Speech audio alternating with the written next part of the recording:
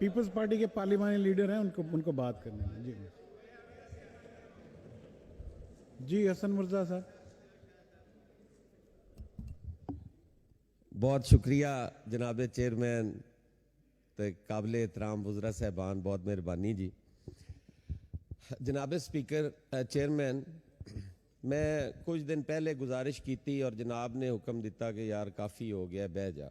मैं सर बह गया, लेकिन सर अगर हर रोज़ झजोड़न के बावजूद हुकूमती रवैया ये है कि हर 15 दिन तो बाद पेट्रोलियम मसनूआत दीयां कीमतां विच इजाफा जेड़ा डायरैक्टली आम आदमी नूं इफेक्ट करता है।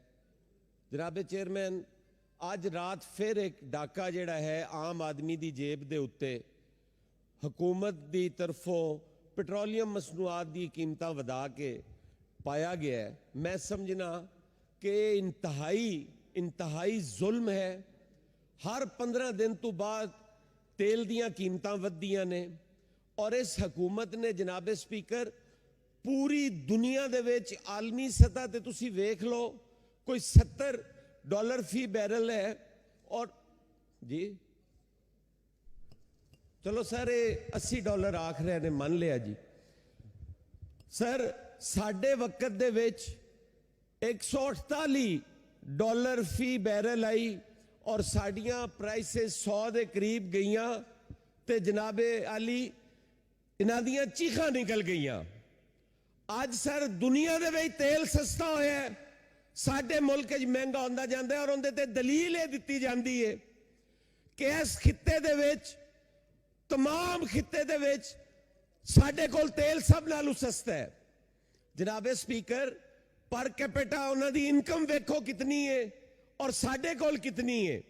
जनाब चेयरमैन, मैं पुरजोर मुजम्मत करना हुकूमत दे इस इकदाम दी और वो फिल फॉर कीमतां जितनियां भी इस 3 साल दे विच वधियां ने उन्हां नूं वापस लैणियां चाहीदियां ने।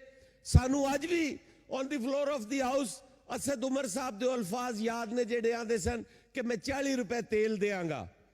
अज सर वो खामोश ने और हर रोज तेल दीयां कीमतां वध रही होंदियां ने।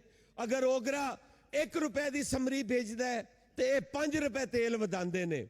जनाब स्पीकर, आम आदमी का जीना मुहाल हो गया है और मैं समझना कि साजिश है सिविल सुपरमेसी के खिलाफ, ये साजिश है इस निजामे और तर्जे हुकूमत के खिलाफ, ये किसी के इशारे के उत्ते। शाह साहब, सर मेरी गुजारिश सुन लो सर। क्वेश्चन आवर भी लेना है? नहीं सर, आज गल करांगा, जरूर करांगा सर।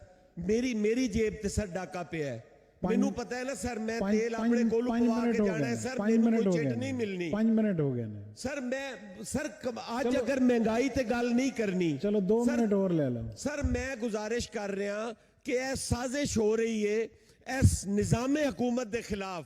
पार्लिमानी जमहूरी निजाम नू खत्म करने की कोशिश की जा रही है।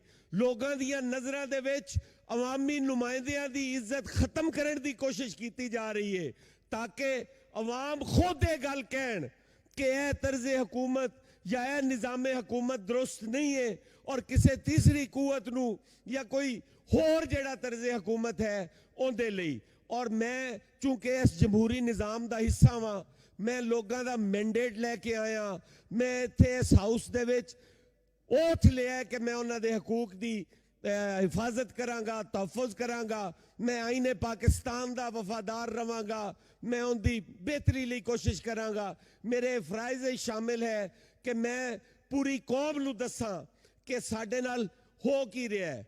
असल हुकूमत कोई होर कर रहा है और गंदा किसे दा इस्तेमाल किया जा रहा है। शुक्रिया राना मशहूर साहब।